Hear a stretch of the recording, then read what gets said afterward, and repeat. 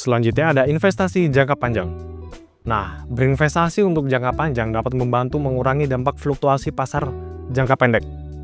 Pasar saham misalnya cenderung memberikan imbal hasil positif dalam jangka panjang meskipun ada volatilitas jangka pendek. Contohnya adalah seorang investor yang berinvestasi di saham-saham blue chip dan menahan investasinya selama 10-20 tahun. Mungkin dapat memperoleh keuntungan yang baik meskipun ada penurunan jangka pendek di pasar. Contohnya nih, Roland gitu misalnya.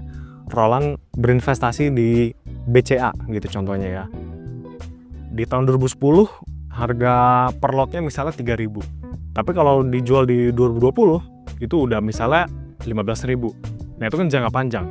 Tapi misalnya Roland beli di 2010 harga 5.000, terus di 2011 dijual, ya paling cuma naik 1.000 gitu atau ya 2.000 gitu, lumayan sih sebenarnya. Gitu. Jadi untungnya dikit. Tapi kalau misalnya 10-20 tahun mungkin dapat memperoleh keuntungan yang lebih baik. Selanjutnya ada peninjauan dan penyesuaian portofolio.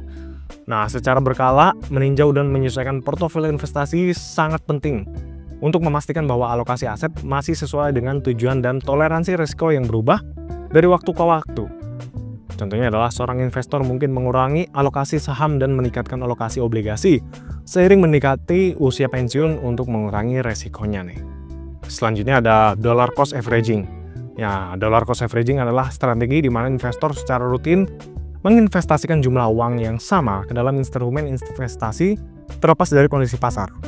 Ini mengurangi risiko masuk ke pasar pada saat harga tinggi. Contohnya adalah seorang investor berkomitmen untuk menginvestasikan 1 juta setiap bulan ke dalam reksadana saham sehingga mereka membeli lebih banyak unit ketika harga rendah dan lebih sedikit ketika harganya lagi tinggi. Jadi dollar cost averaging adalah mau harga sahamnya tinggi, mau harga sahamnya rendah, dia tetap beli terus gitu, tapi konsisten. Nah, paling bedanya adalah ya kalau harga rendah dia bisa beli lebih banyak, tapi kalau harga lagi tinggi ya dia belinya dikit. Selanjutnya ada likuiditas. Nah, likuiditas mengacu pada seberapa cepat dan mudahnya aset dapat diubah menjadi uang tunai tanpa mengurangi nilai aset tersebut.